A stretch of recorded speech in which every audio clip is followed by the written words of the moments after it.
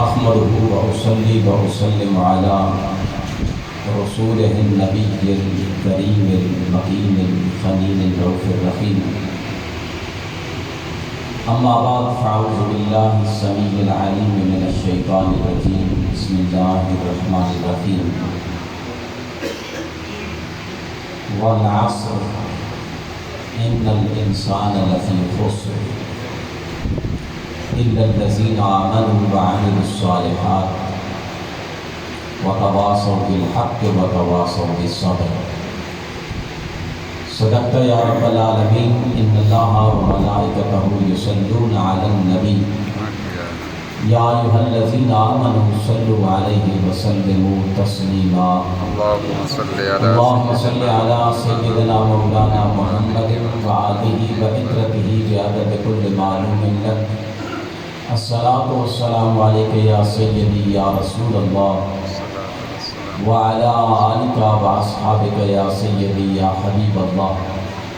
بلند آواز سے رسول اللہ صلی اللہ علیہ وسلم کی اس دنیا میں اور آخرت میں قربت پانے کے لیے درود و سلام کی صدا بلند کریں۔ الصلاۃ والسلام علیک یا سیدی یا رحمۃ للعالمین۔ الصلاۃ والسلام علیک یا سیدی یا شفیع المذنبین۔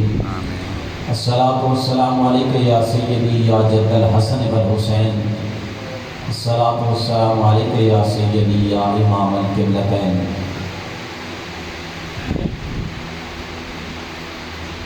عزت و احترام کے لائق معزز محترم سامعین و حاضرین، بالخصوص اسٹیج کی زینت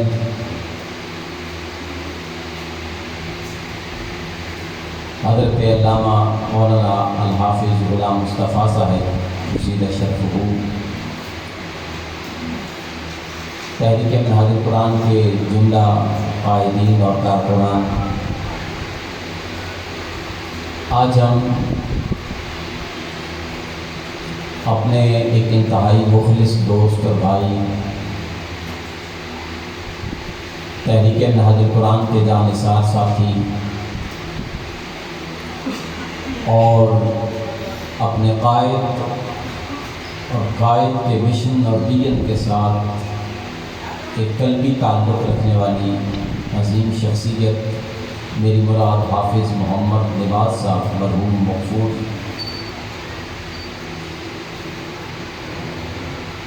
آپ کے سانح ارتحال کے بعد ایصال ثواب کی اس مجلس میں تمام احباب شریک ہیں۔ میں سمجھتا ہوں کہ یہ خاصہ بھی اس علاقہ میں تحریک منہاج القرآن کے سر جاتا ہے کہ جہاں ان قرآن و سنت کی تعلیمات کو مسخ کیا جا رہا ہے۔ ایصال ثواب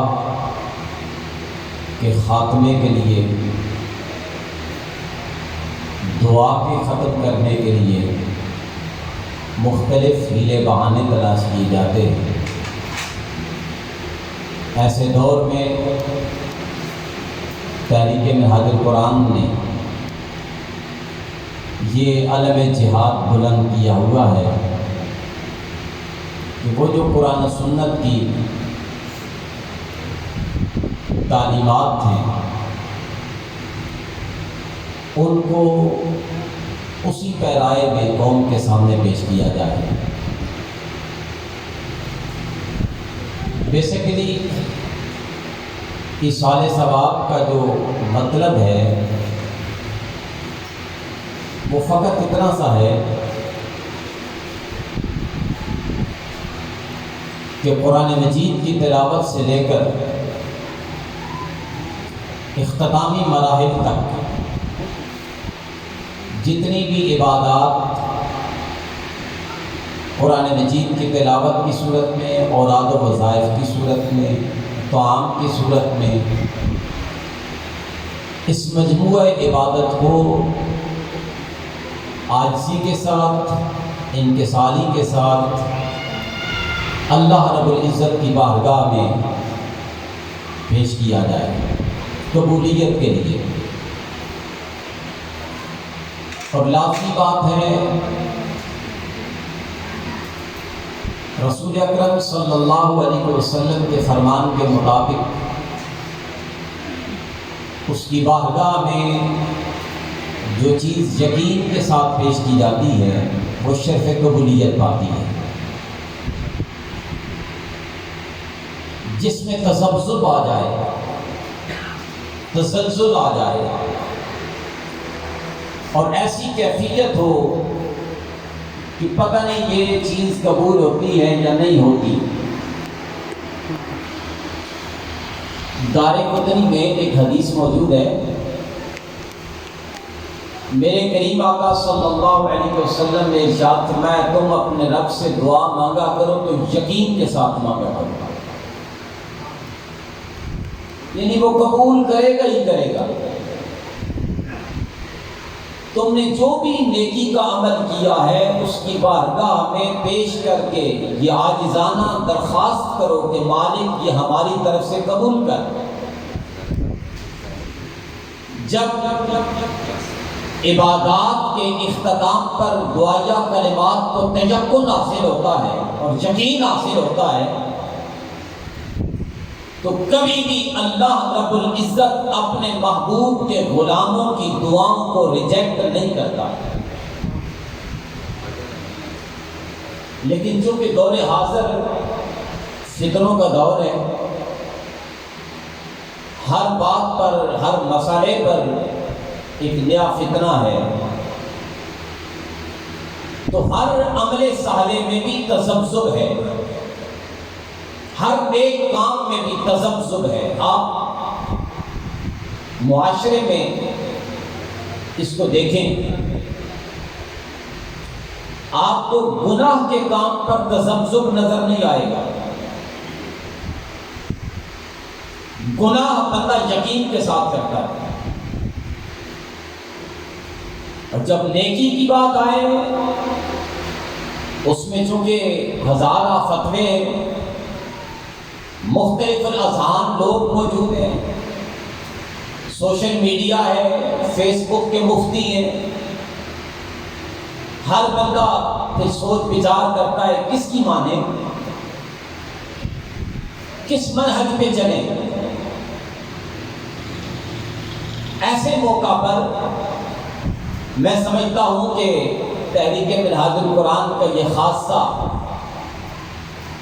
کہ وہ یہ دعوت دیتی ہے کہ جب قوم اعمال صالحہ پر تذبذب کا شکار ہو، اسے چاہیے کہ پھر اس تذبذب کو دور کرنے کے لیے قرآن و سنت کی اصل تعلیمات کو سامنے لائے،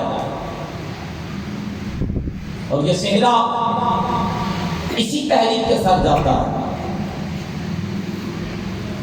حافظ محمد نواز صاحب اس دنیا فانی کو چھوڑ کے چلے گئے، اور یہ ایک مرحلہ ایسا ہے کائنات ارضی پر انسانیت میں مختلف المذاہب لوگ موجود ہیں اور مختلف المسالک لوگ بھی موجود ہیں۔ مذہباً کوئی عیسائی ہے، کوئی یہودی ہے، کوئی ہندو ہے، کوئی سکھ ہے، کوئی مسلمان ہے، کوئی قادیانی ہے۔ مسالک کی بنیاد پر بھی اسی طرح تقسیم در تقسیم ہے۔ مذاہب میں بھی کسی نہ کسی موقع پر، کسی نہ کسی مقام پر جا کر کسی چیز کا انکار موجود ہے، اور مسالک میں بھی کسی نہ کسی موقع پر جا کر کسی مقام پر کسی نہ کسی چیز کا انکار موجود ہے۔ لیکن آپ مطالعہ کر کے دیکھیں، آپ اسٹڈی کریں، ایک واحد موت ہے جس پر نہ کسی مذہب کے بندے کا اختلاف ہے نہ کسی مسلک کے بندے کا اختلاف ہے۔ عیسائی بھی موت کو مانتا ہے، یہودی بھی موت کو ایکسپٹ کرتا ہے، ہندو بھی موت کو مانتا ہے، سکھ کو بھی موت آتی ہے۔ مسالک کی بنیاد پر کوئی اہل تشیع ہے، اہل حدیث ہے، اہل دیوبند ہے، اہل سنہ ہے، اس تقسیم میں رہتے ہوئے بھی موت پر اتفاق ہے۔ مولائے کائنات وسیع رسول اخی رسول داماد رسول حضرت جناب سیدنا علی ابن ابی طالب کرم اللہ وجہ الکریم رضی اللہ تعالی عنہ علیہ السلام، آپ کا ایک قصیدہ ہے اور اس کا ایک شعر ہے۔ آپ فرماتے ہیں الموت قدخ کل نفس شاربوها والقبر باب کل نفس داخلوها۔ موت ایک ایسا پیالہ ہے جس کو ہر ایک نے پینا ہے، اس سے کسی کو نہ مفر ہے نہ مگر ہے، کوئی انکار بھی نہیں کر سکتا کہ میں نہیں مروں گا۔ قرآن مجید نے صراحتاً قرآن مجید نے اس کو بیان کیا ہے۔ وَلَوْ كُنْتُمْ فِي بُرُوجٍ مُشَيَّدَةٍ، اگر تم لوہے کے جنگلوں میں بھی اپنے آپ کو بند کر لو، موت آگے رہے گا۔ موت کا پیالہ ہر ایک نے پینا ہے۔ سمجھنا یہ ہے کہ موت ہے کیا چیز۔ آپ اگر موت کی حقیقت کو سمجھ جائیں تو بہت سارے اشکالات کا اور سوالات کا جواب آپ کو مل جائے گا۔ ہم نے نا جو کنسیپٹ بنایا ہوا ہے موت کے حوالے سے دور حاضر میں، پہلا ایسے نہیں ہوتا تھا۔ آپ پچھلے ادوار میں چلے جائیں، اب تو پچھلوں کو کوسا جاتا ہے، نہیں وہ کوئی پڑھے لکھے نہیں تھے زیادہ، اب تعلیم زیادہ ہے، لیکن ایسا نہیں ہے۔ قرآن و حدیث 1450 سال پہلے بھی یہی تھا، آج بھی یہی ہے۔ پہلے بھی علماء اور مشائخ اور اقوام نے یہی پڑھا تھا، آج بھی یہی پڑھتے ہیں۔ صرف ایک بات جو تلخ حقیقت کی صورت میں ہے، پہلے ڈنڈی نہیں ماری جاتی تھی، اب ڈنڈی ماری جاتی ہے۔ اب موت کو کس طرح پیش کیا جاتا ہے؟ جیسے ہی موت وارد ہوئی، بندے کی روح قفس انسئی سے پرواز کر گئی، گھر میں صف ماتم بچھا،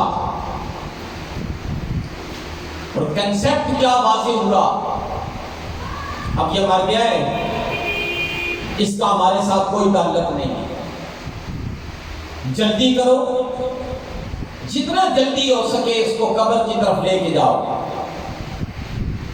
جنازے میں جلدی، چلنے میں جلدی، جنازے کی ادائیگی میں جلدی، دعا میں جلدی، تدفین میں جلدی۔ بھائی اتنی جلدی کی ضرورت کیا ہے؟ جواب ملا کہ ذہن یہ کہتا ہے کہ اس کا چونکہ اب ہم سے تعلق منقطع ہو گیا ہے، کوئی رشتہ نہیں رہا، اب یہ اس جہان کا باسی ہے جہاں مردے پڑے ہیں، ہم اس جہان کے باسی ہیں جہاں زندہ لوگ موجود ہیں۔ حالانکہ قرآن مجید یہ کہتا ہے کہ حقیقی زندگی تو اسی موت کے وارد ہونے کے بعد ہوتی ہے۔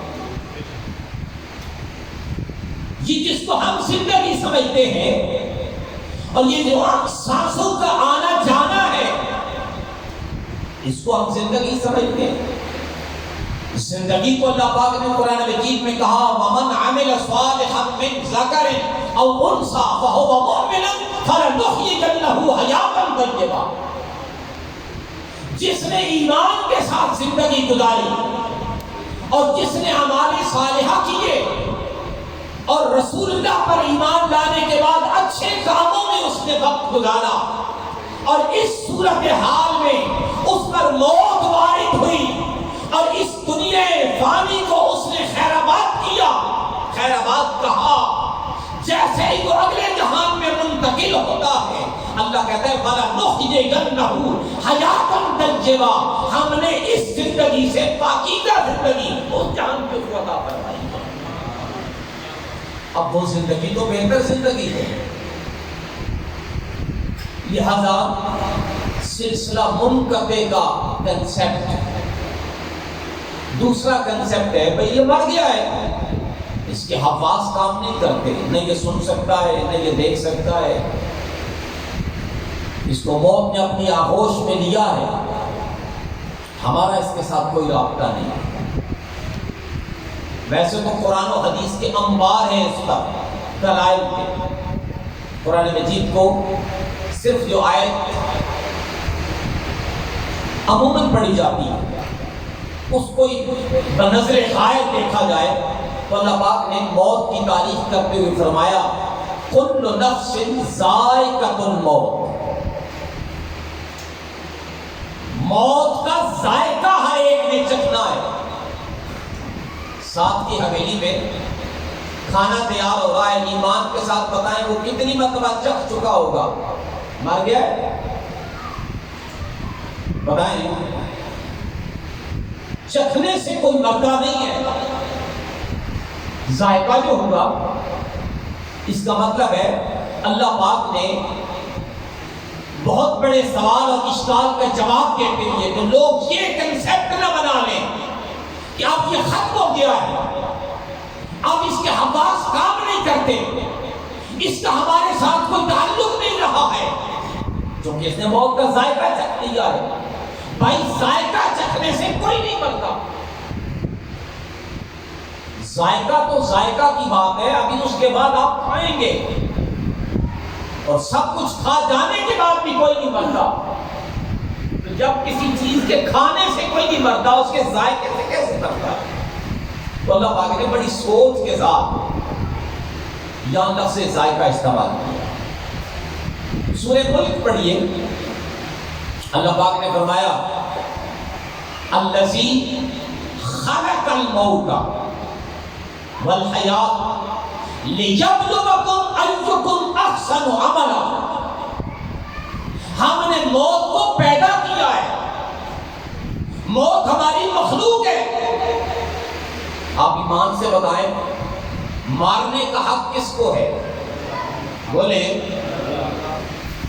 بے شک آپ مجھ سے دور ہیں، میں نے اس لیے ان سے کہا تھا کہ یہ چٹائیاں تو بچھا دی، یہ فاصلہ بڑا گیپ بن جائے گا، آپ ذرا تھوڑا سا بولیں مارنے کا حق کس کو ہے؟ موت تو مخلوق ہے، مارنے کا حق خالق کو ہے۔ اس کا مطلب یہ ہوگا کہ جو چیز مخلوق ہے وہ مخلوق کو نہیں مار سکتی، تو اللہ نے جب موت کو مخلوق کہا ہے، حدیث کے الفاظ امام جلال الدین سیوطی علیہ رحمہ شرح الصدور میں حدیث لائے ہیں، جب ساری کائنات موت کا ذائقہ چکھ لے گی پھر اللہ پاک دمبے کی شکل میں موت کو لائے گا اور موت کو ذبح کر دیا جائے گا۔ بھائی جو چیز خود ختم ہونے والی ہے وہ دوسروں کو کیسے ختم کر سکتی ہے؟ آج تک موت کا کنسیپٹ ہی واضح نہیں ہوا۔ یہ جتنے جھگڑے ہیں یہ صرف اس وجہ سے ہیں کہ ہم نے سمجھا ہی نہیں کہ موت ہے کیا۔ اب میں نے تو دو آیات کا آپ کے سامنے رکھا ہے، حدیث کی طرف چلے جائیں، اب سب کو آگے بڑھائیں، حدیث کی طرف چلے جائیں۔ رسول اکرم صلی اللہ علیہ وآلہ وسلم کے فرامین کی روشنی میں دیکھیے موت کی حقیقت کیا ہے۔ میں آپ کے سامنے حدیث رکھتا ہوں، اس حدیث کو قاضی ثناء اللہ پانی پتی علیہ الرحمہ نے نقل کیا ہے۔ میرے آقا کریم علیہ الصلوۃ والسلام نے فرمایا الموت ریحانۃ المؤمن، موت مومن کے لیے پھول ہے، موت مومن کے لیے۔ اچھا بھائی، پھول کے سونگنے سے وہ ختم ہو جاتا ہے؟ سرکار نے اس ختم ہونے کے کنسیپٹ کو بھی ختم کر دیا۔ پھر میرے آقا کریم علیہ الصلوۃ والسلام نے فرمایا الموت تحفۃ المؤمن، موت مومن کے لیے تحفہ ہے، گفٹ ہے۔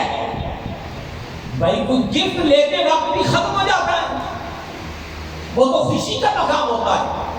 اسی لیے آپ معاشرتی زندگی میں پورے اس انسانیت کے معاشرے پر توجہ کیجئے، جتنا خوشی کے ساتھ موت کو گلے مومن لگاتا ہے کوئی نہیں لگاتا۔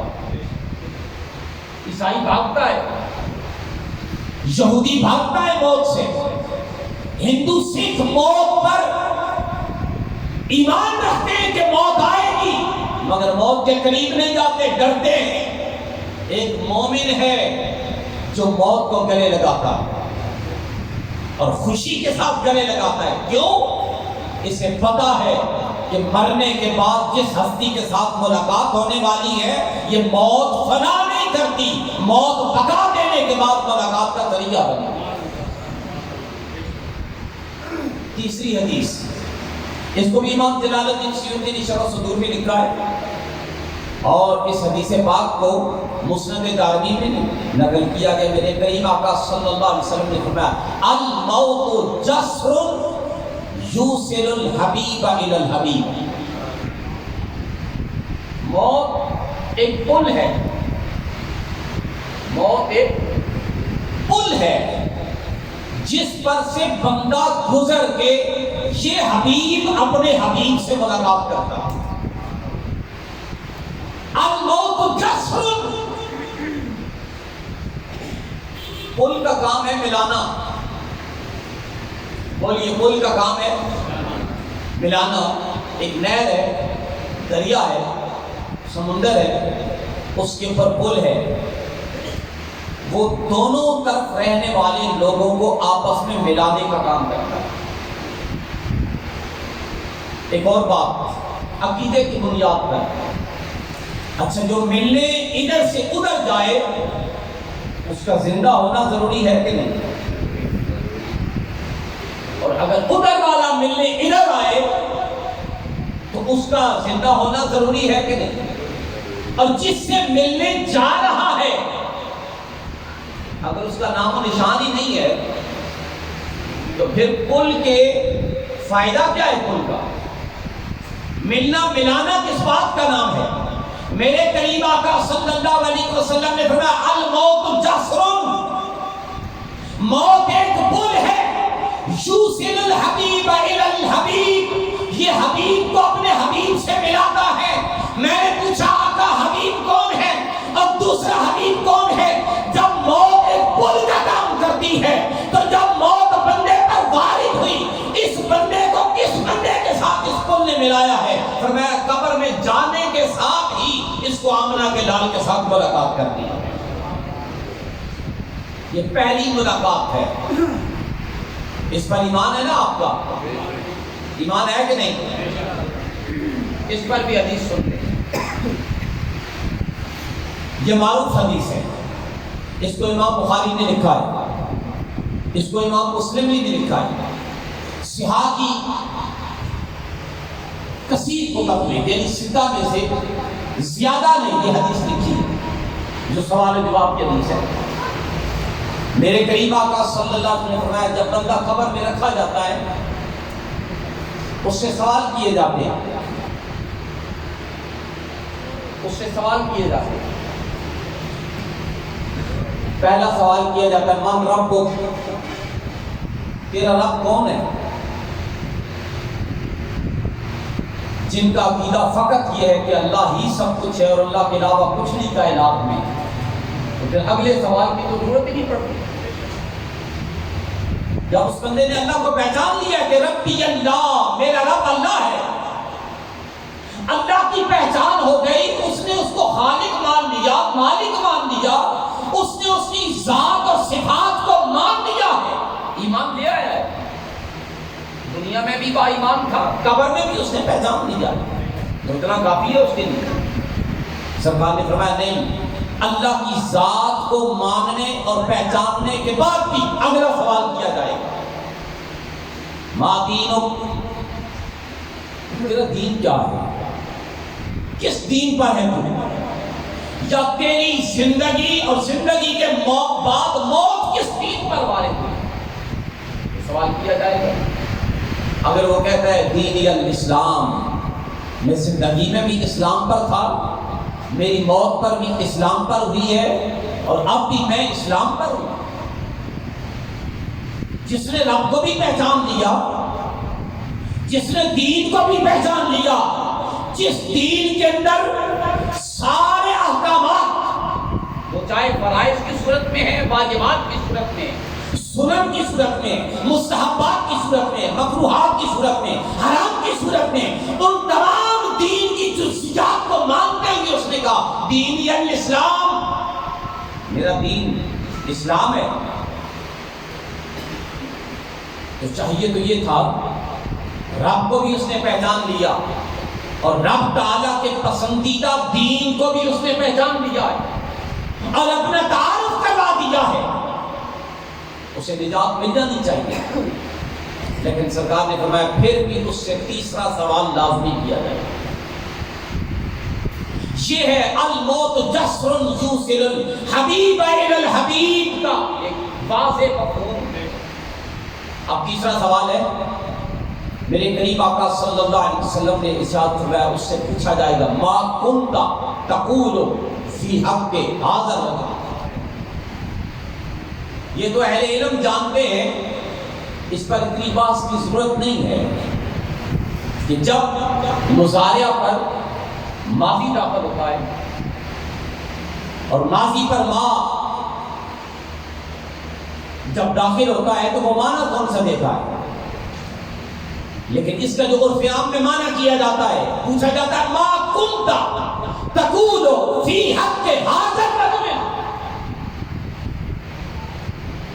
پوچھا جاتا ہے یہ جو سامنے صورت کھڑی ہے ھذا الرجل،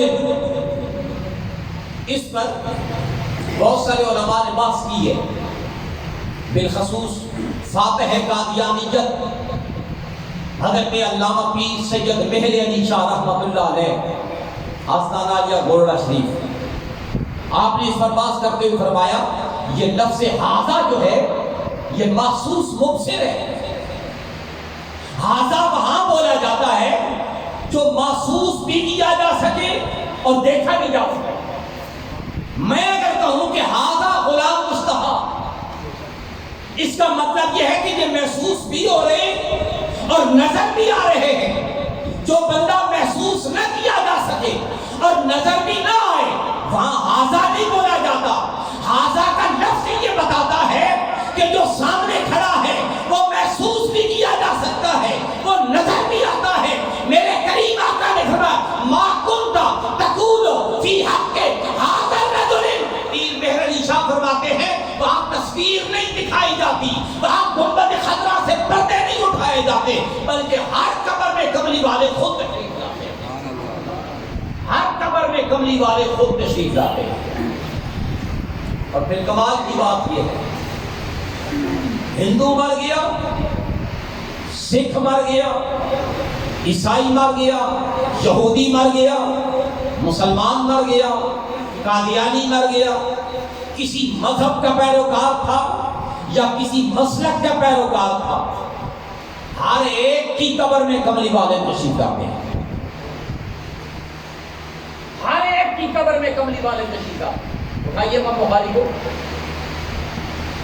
جب یہ سوال کیا جاتا ہے کافر کی قبر میں کملی والے تشریف لائے،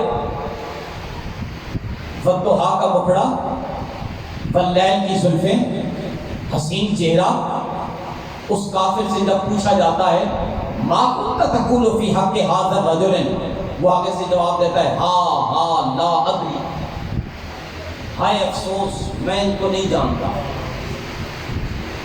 کافر نے چونکہ دنیا میں براہین ہونے کے باوجود بھی، دلائل ہونے کے باوجود بھی، نشانیاں ہونے کے باوجود بھی، کنکریاں ہاتھ میں کلمہ پڑھ رہی تھی مگر نہیں مانا، درخت سامنے جھک جھک کے سلام کرتے تھے نہیں مانا، سب کے سامنے چاند اتر کے مصطفیٰ کے قدموں پہ بوسے دیتا تھا نہیں مانا۔ تو جب اس نے دنیا میں نہیں مانا، اس نے قبر میں بھی یہی کہنا ہے ہاں لا ادری، ہائے افسوس میں ان کو نہیں جانتا، میں ان کو نہیں پہچانتا۔ اور جب باری آئے گی منافق کی، یہ بھی حدیث ہے، ایسا منافق جو بظاہر زبان سے کچھ اور کہتا ہو، دل میں کچھ اور رکھتا ہو، یہ اس دور میں بھی سب سے بڑا فتنہ تھا، منافقت آج کے دور کا بھی سب سے بڑا فتنہ ہے۔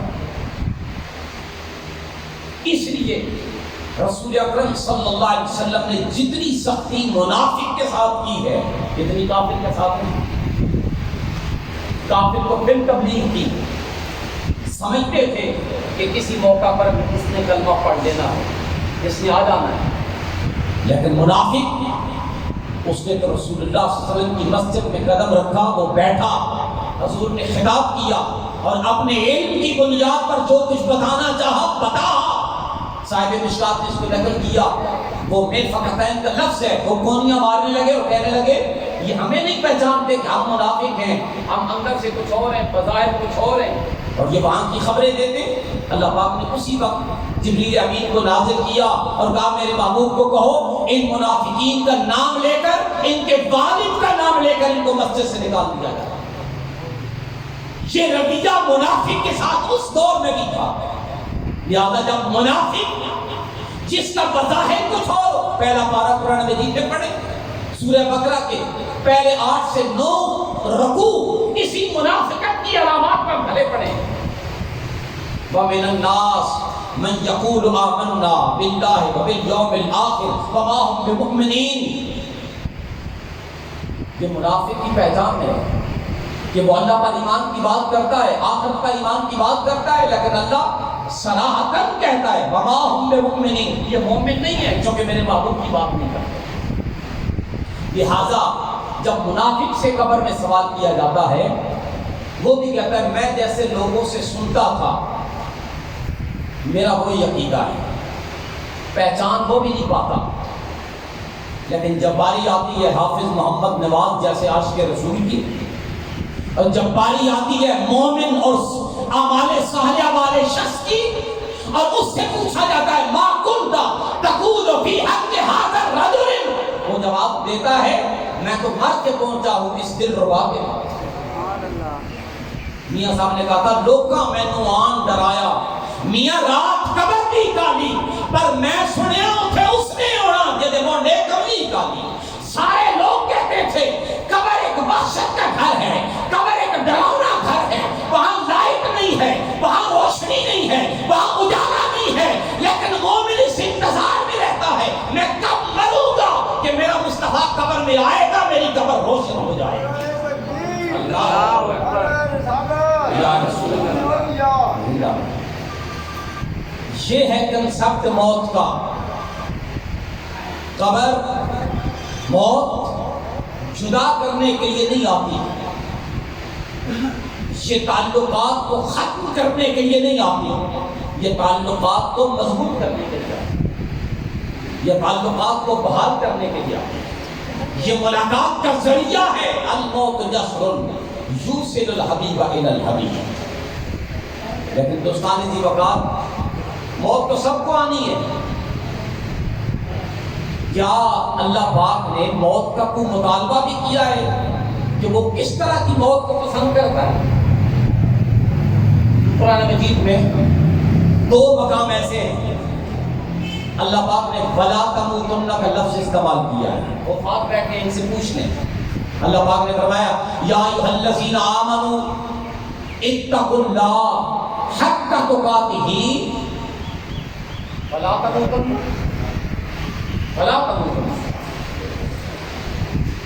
الا وانتم مسلمون. توجہ رکھیے، قرآن کہتا ہے اے ایمان والو تقوی اختیار کرو، اللہ سے ڈرو، اس طرح ڈرو جس طرح ڈرنے کا حق ہے، اور ساتھ میں ولا تموتن، اور تم نے نہیں مرنا. یا اللہ تو نے تو کہا ہے لوہے کے جنگلوں میں بھی اگر اپنے آپ کو بند کر لو تب بھی مرنا ہے، اور ادھر کہتا ہے تم نے نہیں مرنا. اللہ پاک نے فرمایا یہ آدھی بات ہے، مکمل بات یہ ہے مرنا سب نے ہے، مگر جس کی موت مجھے پسند ہے الا وانتم مسلمون، تم اس طرح مر کے آؤ جس طرح مسلمان مر گیا، مسلمانوں والی موت مر گیا. اب مسلمان کون ہوتا ہے؟ ہمارے ہاں یہ کنسیپٹ بھی بڑا عجیب سا ہے. جس کی داڑھی لمبی آپ اس کو مسلمان سمجھتے ہیں، جس کی پگڑی بہت بڑی آ گئی اس کو مسلمان سمجھتے ہیں، جو تہجد شروع کر دے صرف اس کو مسلمان سمجھتے ہیں. مسلمانی کی تعریف کامل یہ نہیں ہے. اٹھائیے امام بخاری کو اور امام مسلم کو، ایک حدیث جو کلاس 5 سے لے کر ایم اے لیول تک پڑھائی جاتی ہے، میرے کریم آقا صلی اللہ علیہ وسلم، یہ ایک حدیث میں پیش کر رہا ہوں، سینکڑوں حدیث ایسی ہیں جو مسلمان کی تعریف کو واضح کرتی ہے. ہم نے اس پر پردہ ڈالا. کیوں؟ اپنے پردے اٹھتے ہیں نا، اپنا پردہ چاک ہوتا ہے، اس لیے ان حدیث پر پردہ ڈال دیا، اور ہم نے مسلمان کی ٹوٹل تعریف یہ کر دی ہے. اس کے ارد گرد گھومتے ہیں، داڑھی والا مسلمان ہے، پگڑی والا مسلمان ہے، نماز والا مسلمان ہے، جو عمرے پہ چلا جائے وہ مسلمان ہے، بس اس کو مسلمان سمجھتے ہیں. میں ایک حدیث صرف اشارہ کر پیش کر رہا ہوں، اور اس کو امام بخاری اور مسلم دونوں نے نقل کیا. میرے کریم آقا صلی اللہ علیہ وسلم نے فرمایا من سلم المسلمون من لسانہ و یدہ، حضور نے فرمایا وہ مسلمان نہیں ہو سکتا جس کے ہاتھ اور زبان سے دوسرا مسلمان محفوظ نہیں ہے. جس کے ہاتھ کے ظلم سے اور زبان کی شر سے. ہاتھ کا ظلم کیا ہے؟ کسی کی زمین ہتھیا لینا، کسی پر گولی چلا لینا، کسی کو قتل کر دینا سریعام، کسی پر ظلم کر دینا. بھائی اتنے ظلم کرنے کے بعد بھی آپ اگر حج پہ چلے گئے تو حج کس کام کا؟ آپ نے تہجد پڑھی تو تہجد کس کام کی؟ میرے کریم نے فرمایا من سلم المسلمون من لسانہ و یدہ، جس کے ہاتھ اور زبان کی شر سے دوسرا مسلمان محفوظ نہیں ہے وہ مسلمان ہی نہیں ہے. تو پھر کیا ہم جو یہ سارا کچھ کرتے ہیں یہ کیا ہے؟ یہ خام خیالی. اس پر ہم گھمنڈ کر کے بیٹھے ہوئے ہیں، اور نہیں جی دیکھو اسی نہیں جانے تہجد میں ٹائم اسی مسجد چلے جاتے. بھئی آپ کی تہجد ایک طرف ہے، لیکن آپ کے ہاتھ سے اگر دودھ میں پانی ملایا گیا تو وہ دوسری طرف ہے، یہ بھی دیکھا جائے گا. اور جس نے اپنے ہاتھ کے ساتھ ظلم کیا اور زبان کے ساتھ ظلم کیا ہے؟ گالی دینا، غیبت کرنا، برے نام رکھنا، چغلخوری کرنا، سب و شتم کرنا، برے القابات دینا. آج کل تو رواج بن چکا ہے، گالی کو بھی قرآن سے ثابت کر رہے ہیں. حد ہو گئی. بھائی برے نام کیوں رکھتے ہیں؟ اور جی قرآن میں فلاں مقام پر ایسا آیا ہے. تو پھر آپ کے سوچ پر، آپ کے علم پر آپ نے یہی پڑھا ہے. حضور نے فرمایا اگر تمہاری زبان کی شر سے، زبان کیا ہے؟ غیبت، چغلخوری، نام بگاڑنا. آپ سورہ الحجرات پڑھیں، سورہ الحجرات میں یہی تعلیمات دی گئی ہے، نام نہ بگاڑو، غیبت نہ کرو، چغلخوری نہ کرو. کیونکہ ہم نے ترجمے کے ساتھ پڑھنا نہیں ہے. ہم نے یا مرنے کے بعد استاد غلام مصطفیٰ صاحب کو کہنا ہے یا حافظ الیاس صاحب کو کہنا آپ آ جانا، 10 بچے بھیج دینا، ہمارے ابا جی کی بخشش ہو جائے گی. یا بچی رخصت ہوگی، اس نے قرآن پڑھا ہے نہیں پڑھا، اس کے ساتھ پہ رکھ کے اس کو رخصت کر دینا. بس یہ 2 کام رہ گئے قرآن کے. قرآن کتاب ایک انقلاب ہے، یہ انقلاب پیدا کرتا ہے، اور ایسا انقلاب کہ اللہ تلوار لے کے جائے مصطفیٰ کو ختم کرنے کے لیے، اور سورہ طٰہٰ کی آیات سن کے مصطفیٰ کے قدموں کا غلام نظام بن کے واپس آئے، ایسا انقلاب پیدا کرتا ہے، یہ تبدیلیاں لاتا ہے۔ لیکن ہم نے اس سے کیا تبدیلی لی؟ میں مسلمان کی تعریف کر رہا تھا، یہ کنسیپٹ اپنے ظلم سے، اپنے گھمنڈ سے، اپنے خیال سے نکالیے۔ ہم جس لبادہ مسلمانی میں خود رہتے ہیں نا، یہ کامل لبادہ مسلمانی نہیں ہے۔ تحریک بلاد القرآن اسی ویژن کو لے کر، اسی سوچ کو لے کر آگے بڑھ رہی ہے کہ اٹھو، تمہارے ہاتھ اور تمہاری زبان سے دوسرا مسلمان محفوظ ہو گیا۔ یہی نظام مصطفیٰ ہے، یہی نظام مصطفیٰ ہے۔ ہر تحریک نظام مصطفیٰ کا نام تو لیتی ہے مگر زبان سے گندی ہے، ہاتھ سے ظلم کرتے ہوئے نظر آتے ہیں۔ تحریکات بہت بہت پیش ہوتی ہے۔ اللہ پاک نے قرآن مجید میں اس کو صراحتاً بہت سارے مقامات پر بیان کیا ہے، لیکن دوستان ذی بقا مجھے ایک حدیث یاد آ گئی۔ ہم کس ڈگر پہ جا رہے ہیں، کس گھمنڈ میں اور کس سوچ میں گم ہیں؟ یہاں 14 مارنے کے بعد عمرہ کرنے چلے جاتے ہیں، کوئی پوچھنے والا تک نہیں ہے۔ یہاں رشوت کے بازار گرم کرنے والے، یہاں سود کا کاروبار کرنے والے، یہاں ملک کا دیوالیاں کرنے والے، یہاں پورا وفد 186 بندوں کا لے کے کعبۃ اللہ چلے جاتے ہیں۔ کیا تمہارا کعبہ جانا اتنا اہمیت کا حامل ہے؟ تم نے قوم کے ساتھ کیا کیا ہے؟ یہ کھلواڑ ہے، دین کے ساتھ مذاق ہے، اور اسی مذاق سے اس قوم کو نکالنے کے لیے تحریک بلاد القرآن نے عالم میں جان بلند کیا۔ اٹھیے، مسلمانی کا اصل کنسیپٹ واضح کیجیے۔ مجھے حدیث یاد آ گئی، اس حدیث کو بھی امام بخاری نے نقل کیا ہے۔ میرے کریم آقا صلی اللہ علیہ وسلم نے، میرے کریم آقا صلی اللہ علیہ وسلم کے بارگاہ میں صحابہ کرام بیٹھے ہوئے، اور صحابہ کرام نے، ایک صحابی نے عرض کی، یا رسول اللہ، فلاں قبیلے کی ایک عورت ہے، یہ حدیث سنیے گا، فلاں قبیلے کی ایک عورت ہے، تہجد پڑھتی ہے، سارا دن سب کو خیرات کرتی ہے، نفلی عبادت کرتی ہے، ہر وقت توبہ استغفار کرتی ہے، سارے رات قیام میں رہتی ہے، سارا دن روزے کی حالت میں رہتی ہے۔ حضور بڑے خوش ہوئے۔ ساتھ ہی دوسرا صحابی، اب یہ تفصیل ہے اس کی، دوسرا صحابی وہ اٹھا، اس نے کہا، عرض کی، یا رسول اللہ میری بھی ایک بات سنیے۔ سرکار نے فرمایا کیا بات ہے؟ اس نے کہا، یا رسول اللہ، اس میرے بھائی نے جس قبیلے کی عورت کا ذکر کیا ہے کہ وہ اتنی نیکیاں کرتی ہے، تہجد پڑھتی ہے، نفلی روزے رکھتی ہے، نفلی عبادات کرتی ہے، ساری رات مصلے پہ رہتی ہے، سارا دن روزے کی حالت میں رہتی ہے، سب کو خیرات، اس کا گھر سخاوت کا مرکز ہے، سب کچھ ہے، لیکن یا رسول اللہ اس کے اندر ایک عیب بھی ہے، اس کے اندر ایک عیب بھی ہے۔ میرے سرکار نے پوچھا کیا؟ فرمایا اس کا پڑوسی اس کی شر سے تنگ ہے۔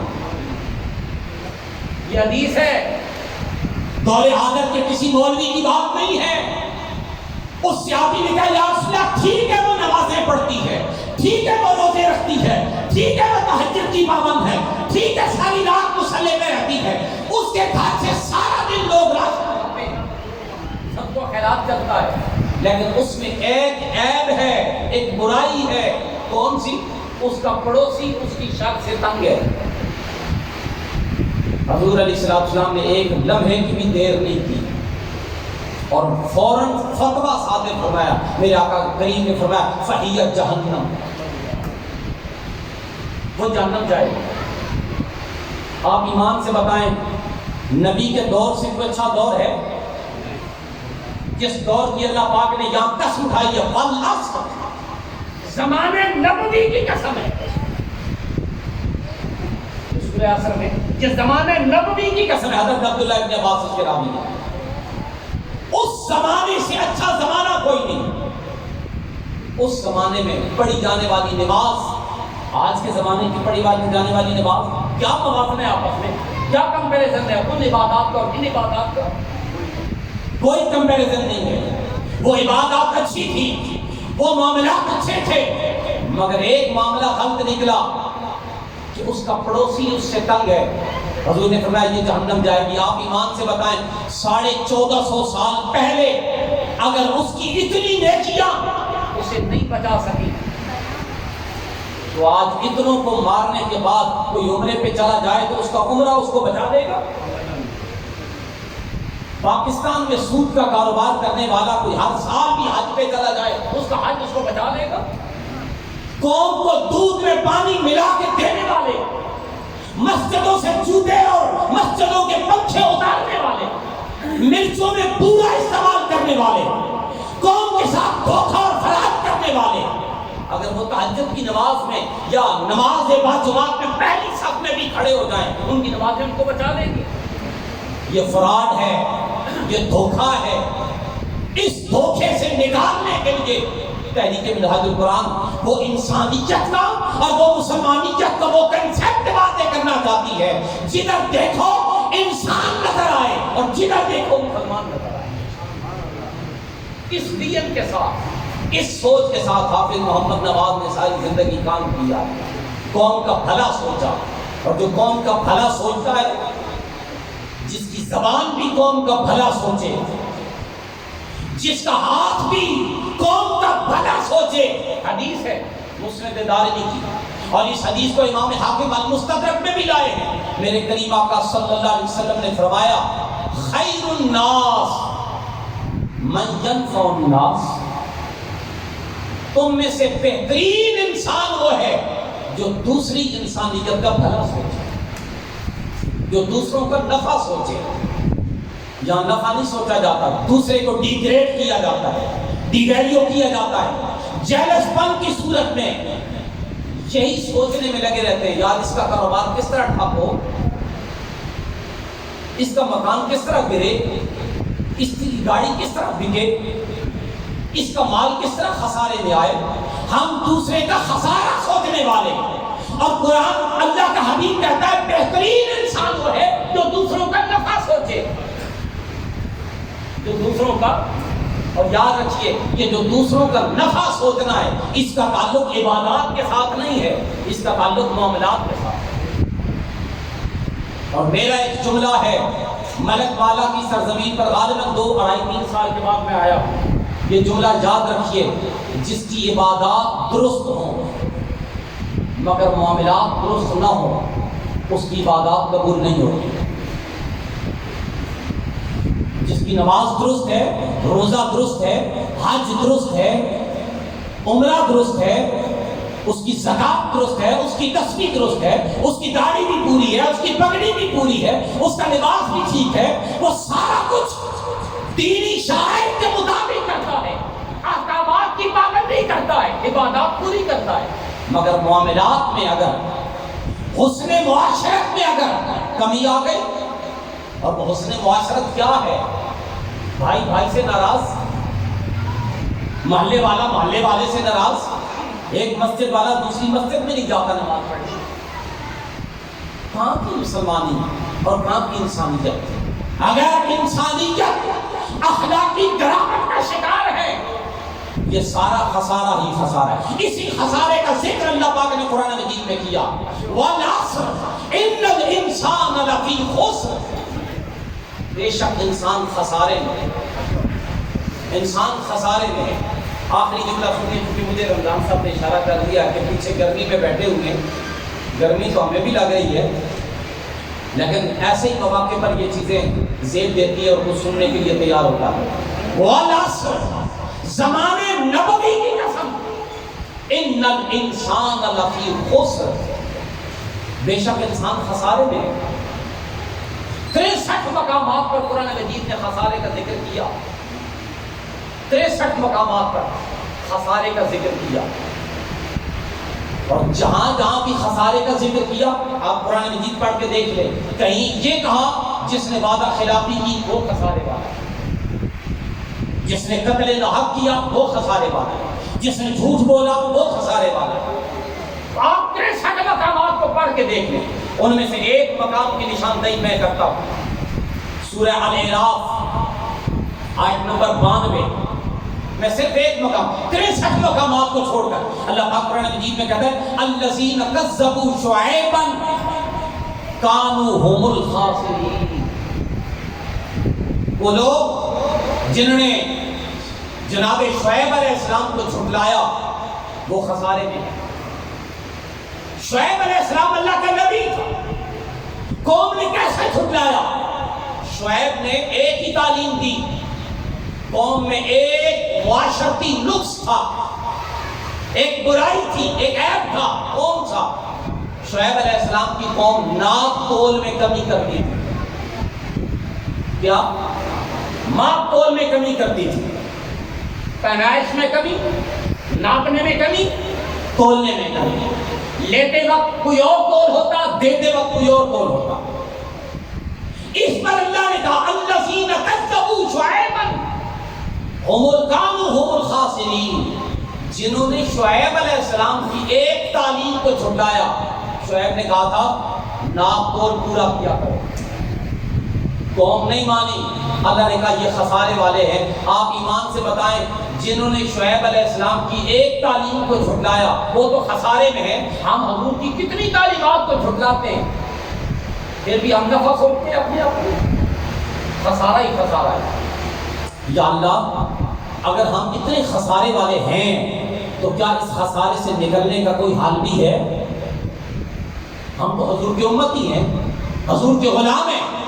اللہ پاک نے کہا ہاں حل بھی اسی صورت میں ساتھ ہی بتا دیں۔ پڑھی آپ اس کی تفاسیر کو، اللہ پاک نے فرمایا والعصر ان الانسان لفی خسر، یہاں پر بے شک مفسرین اکرام نے ان الانسان لفی خسر سے مراد ابو جہل لیا ہے، لیکن متاخرین نے یہ مراد دیا ہے جس کی عادتیں پھر ابو جہل جیسی ہوگی وہ بھی خسارے والا ہوگا۔ لیکن نکلے کا کون خسارے میں سے؟ الا الذین آمنوا، جو ایمان لے آیا محمد عربی پر، جو حضور پر صدق کے دل سے ایمان لے آیا۔ اب ایمان والا کون ہوتا ہے؟ ہمارا کنسیپٹ اس حوالے سے بھی بڑا عجیب سا ہے۔ ہم ایمان والا کسے سمجھتے ہیں؟ آپ خود سمجھتے ہیں، لیکن میں تعلیم کر کے بتاتا ہوں۔ دو حدیثیں آپ کے سامنے، ایک حدیث معروف ہے جو سارے علماء پیش کرتے ہیں، اور اس حدیث کو متفق علیہ کہا گیا ہے۔ میرے کریم آقا نے فرمایا لا یؤمن احدکم حتی اکون احب الیہ من والدہ وولدہ والناس اجمعین، کما قال۔ حضور نے فرمایا وہ بندہ مومن ہو ہی نہیں سکتا کہ جو اپنے والدین سے بڑھ کر، اپنے بیوی بچوں سے بڑھ کر، اپنے خاندان سے بڑھ کر، اپنی جان سے بڑھ کر، اپنے مال سے بڑھ کر، اپنی عزت سے بڑھ کر میں محمد عربی کے ساتھ محبت نہ کرنے لگ جائے۔ محبت کا معیار اتنا اعلیٰ ہو کہ تمہیں ساری کائنات ہیچ نظر آئے اور محمد عربی سب سے اوپر نظر آئے، تو تب تو ایمان والے ہو۔ اور دوسری حدیث اس کو بھی کثرت کے ساتھ نقل کیا گیا، میرے آقا کریم علیہ السلام نے فرمایا لا يدخل الایمان فی قلب واحد، اس وقت تک کسی ایک کے دل میں بھی ایمان داخل نہیں ہوگا جب تک تمہارے دل میں محمد اور میری آل کی محبت نہیں آ جائے۔ آج یکم محرم الحرام ہے، اس حوالے سے بھی یہ جملہ ہضم کیجئے اور قبول کیجئے، ایمان اسی کا کامل ہوگا جس کے دل میں محمد کی بھی محبت ہوگی صلی اللہ علیہ وسلم اور محمد کی آل کی بھی محبت ہوگی۔ اور جو حضور کی آل کو گمراہ سمجھے اور سیدہ کائنات پر بھونکے اور علی کے مرتضیٰ کو شرابی ثابت کرنے کی کوشش کرے اور امام حسین کو بوقت شہادت بے وضو ثابت کرنے کی کوشش کرے، اس سے بڑا لعنتی کوئی نہیں، کیونکہ ایمان کا مکمل ہی اس وقت ہوتا ہے جب دل میں محمد کی بھی محبت ہو، علی کی بھی محبت ہو، فاطمہ کی بھی محبت ہو، حسن و حسین کی بھی محبت ہو، ان کی محبت کامل ہو جائے۔ اللہ کہتا ہے یہ بندے خسارے سے نکل جاتے ہیں۔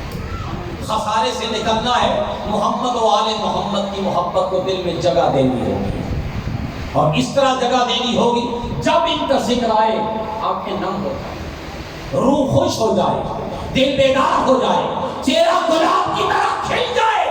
سیدنا فاروق اعظم رضی اللہ تعالی عنہ فرماتے ہیں ہم اپنی مجلس میں جب بھی مجلس کے لوگوں کو چیک کرنا چاہتے کہ مومن ان میں کون ہے اور منافق ان میں کون ہے، یہ فاروق اعظم ارشاد فرماتے ہیں، امام حاکم لائے المستدرک میں، فاروق اعظم جس کے متعلق میرے کریم آقا نے فرمایا اگر میرے بعد کوئی نبی ہوتا عمر نبی ہوتا، اور جس کی زبان پر اللہ بولتا ہے وہ عمر کی زبان، اتنا جری اور اتنا عظیم ہستی. وہ کہتے ہیں کہ جب ہم لوگوں کی مجلس میں بیٹھتے اور چیک کرنے لگتے کہ کون شخص ایماندار ہے اور کون منافق ہے، اس کی چیک کی کسوٹی یہ ہوتی تھی. ہمارا پیمانہ چیکنگ کا یہ تھا، ہم علی کا ذکر چھیڑتے تھے، ہم علی کی بات چھیڑ دیتے تھے، اور اگر علی کا ذکر سن کر کسی کے چہرے پر 12 بج جاتے ہم سمجھ جاتے یہ مومن نہیں، یہ منافق ہے. اگر دور نبوی کے بعد دور صحابہ میں یہ کسوٹی تھی، آج بھی یہی کسوٹی ہے. اور اسی کسوٹی و پہچان کو لیتے ہوئے تحریک منہاج القرآن یہ سوچ بیدار کرنا چاہتی ہے، اگر اپنے ایمان کو دل میں پرکھنا چاہتے ہو تو اپنے گریبان پہ جھانک کے دیکھو حضور کی محبت کتنی ہے اور حضور کی آل کی محبت کتنی ہے. مسند دارمی کے حدیث پر میں اپنی بات کا اختتام کرتا ہوں.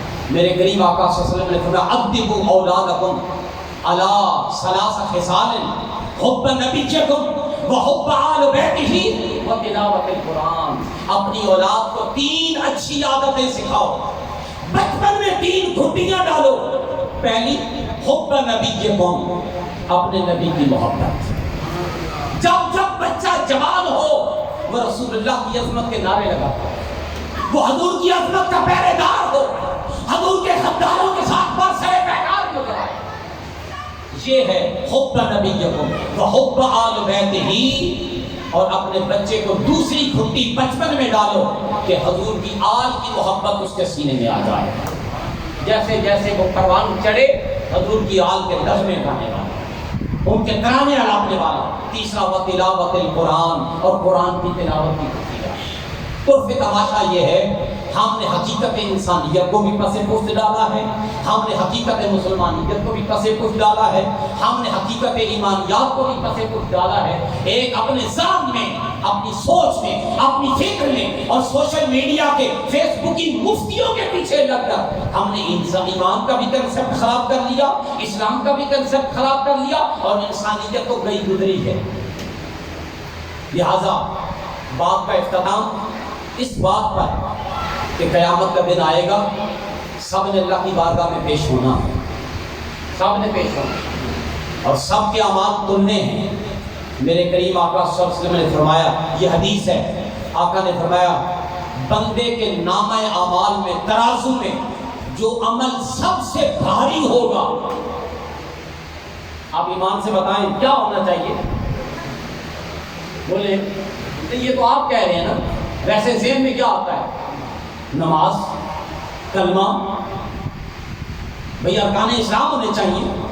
حضور نے فرمایا بندہ مومن کے ترازو میں جس چیز کا سب سے زیادہ وزن ہوگا وہ اس کا اچھا اخلاق ہے، وہ اس کا اچھا بیہیویئر ہے، اس کی عادات ہیں. اگر وہ بہت بڑا نمازی ہے، بہت بڑا حاجی ہے، بہت بڑی گاڑی کا مالک ہے، یہ سب کچھ رکھتا ہے، مگر معاشرہ اگر اس سے تنگ ہے، اس کا اخلاق، اس کا بیہیویئر، اس کی عادات وہ اچھی نہیں ہے، تو اس کا وزن تو آلریڈی کم ہو جائے گا. اس وزن کو بڑھانے کے لیے جہاں عبادات کی تکمیل کی ضرورت ہے، اور جہاں پر عبادات میں حسن اخلاص پیدا کرنے کی ضرورت ہے، وہاں حسن معاشرت کو بھی اپنے پائے تکمیل تک پہنچانے کی ضرورت ہے. یہی طریقے منہاج القرآن کی فکر لے کر کریا کریا کو بکو جناب حافظ محمد نواز صاحب بھی اس کا حصہ تھے، اور اپنے گاؤں میں پوری تحصیل میں انہوں نے ایک اچھا ورک کیا ہے. میں دعا گو ہوں کہ اللہ پاک جس نیت کے ساتھ، جس سوچ کے ساتھ، جس مشن کے ساتھ ان کی وابستگی تھی، اور اس مشن کی وابستگی کی بنیاد پر جو انہوں نے قوم کی، دین کی، ملت کی، ملک کی خدمت کی ہے، اللہ ان خدمات عالیہ کے صدقے سے میرے اس بھائی کے درجات کی بلندی نصیب فرمائے. یہی سال ثواب ہے قرآن کی تلاوت، حضور کی نعت، حضور پر درود و سلام، قرآن و سنت کی تعلیمات، یہ سارا کچھ پیش کرنے اور ادا کرنے کے بعد ہم اتنا سا جملہ کہتے ہیں، یا اللہ یہ سارا کچھ قبول کر، جو اس پر تو ثواب عطا فرمائے گا وہ ثواب تو خود ہی ہمارے فلاں بھائی کو عطا فرما. اب ثواب کیسے ملتا ہے، ثواب کیسے پہنچتا ہے، یہ ذمہ داری ہماری نہیں ہے، یہ ذمہ داری ہماری نہیں ہے۔ حضور کے حدیث امام جلال الدین سیوطی شرح صدور میں لائے ہیں کہ جب کوئی بندہ اپنے مسلمان بھائی کے لیے احسان ثواب کرتا ہے، اس کے لیے دعا کرتا ہے، صدقہ و خیرات کرتا ہے، اللہ پاک ایک فرشتے کی ڈیوٹی لگاتا ہے کہ جنت میں سے ایک ٹرے لے کے جاؤ، اس ٹرے میں سے میری طرف سے جو اس پر ثواب ملے گا وہ ثواب لے کے اس مومن کی قبر پر پیش کرو اور اسے کہو کہ تیرے گھر والوں نے تیرے لیے یہ صدقہ و خیرات کیا تھا، یہ دعا مانگی تھی اور رب نے اتنا ثواب عطا فرمایا ہے، یہ ثواب تیری بارگاہ میں ہم پیش کرتے ہیں۔ اب لے کے جانے والے فرشتے ہیں اور اس کی حیت کیا ہے، کیفیت کیا ہے، ماہیت کیا ہے، وہ فرشتے جانے یا رب جانے۔ ہماری ڈیوٹی اتنی ہے، پڑھنے پڑھانے کے بعد، پکنے پکانے کے بعد سارا کچھ رب کی بارگاہ میں پیش کریں اور التجا کریں، مالک اس پر تو ڈھیروں ثواب عطا فرما، ہم گناہگار ہیں، ہم گناہگاروں کی طرف نہ دے، تو رحمان الرحیم ہے اور تو ستار العیوب غفار الذنوب ہے، اپنی شان رحیمی کے مطابق اس پر ثواب عطا فرما۔